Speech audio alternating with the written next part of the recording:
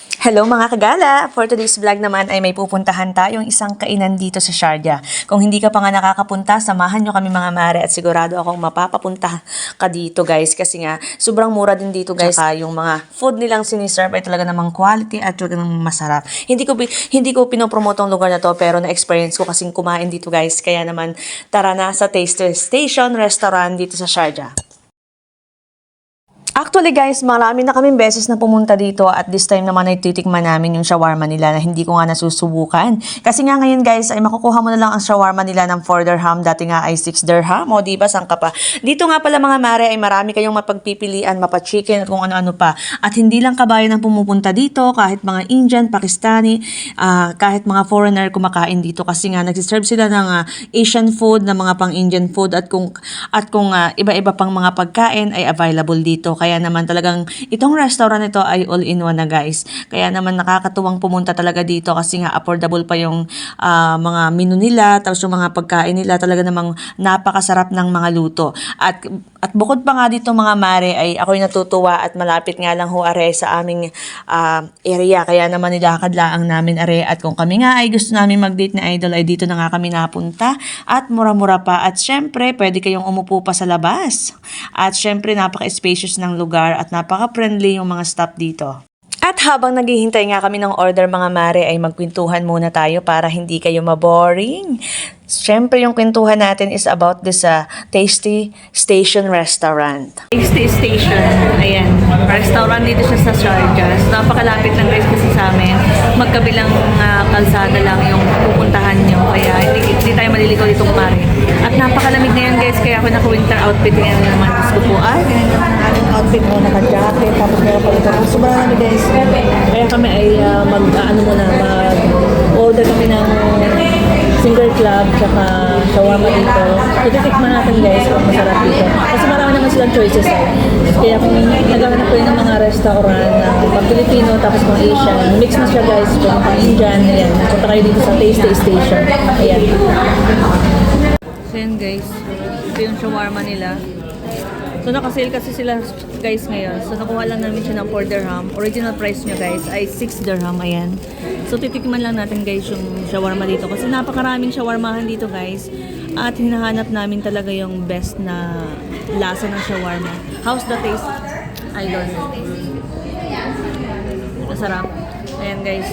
According sa taste ni Idol, masarap siya. So meron din tayo ditong sausawan. Pwedeng isawsaw yung shawarma or pwedeng isawsaw naman ito. Depende na sa inyong trip. Ayan. Hindi po. Ito guys, tikman natin itong single club. Sikat nito kasi guys sa kainan.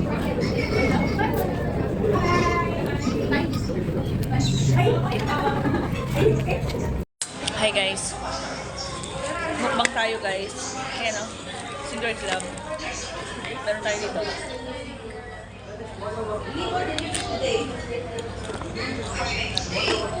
Shawarma.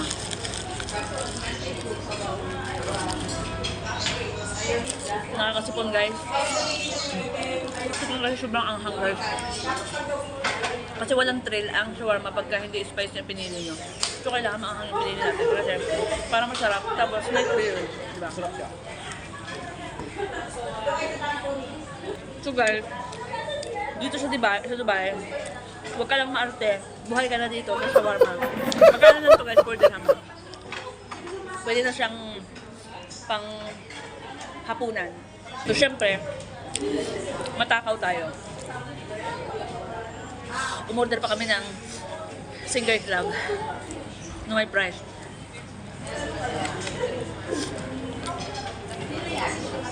Date na namin to ni Idol. Ito yung pinaka-date namin. Kasi bukas naman, Saturday. Okay?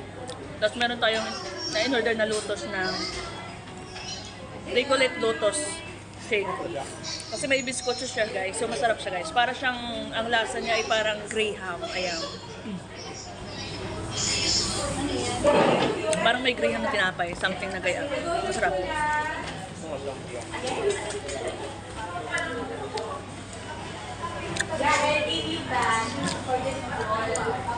Sama ko nga pala sa Idol.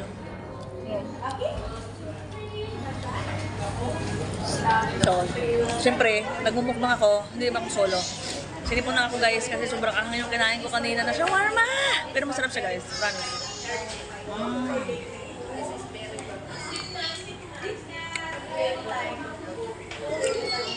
Mananaba ka talaga dito guys. Ito kasi guys, cheat day lang naman namin. So ito tinapay lang naman guys, ang nilagay nila, tsaka chicken lang. So slightly healthy naman siya. So iinuman ko na lang to ng siguro malunggay, tsaka salabat bukas.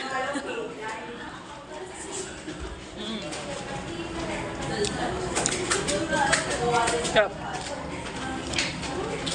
Okay guys, hanggang dito na lang, kakain na lang muna kami.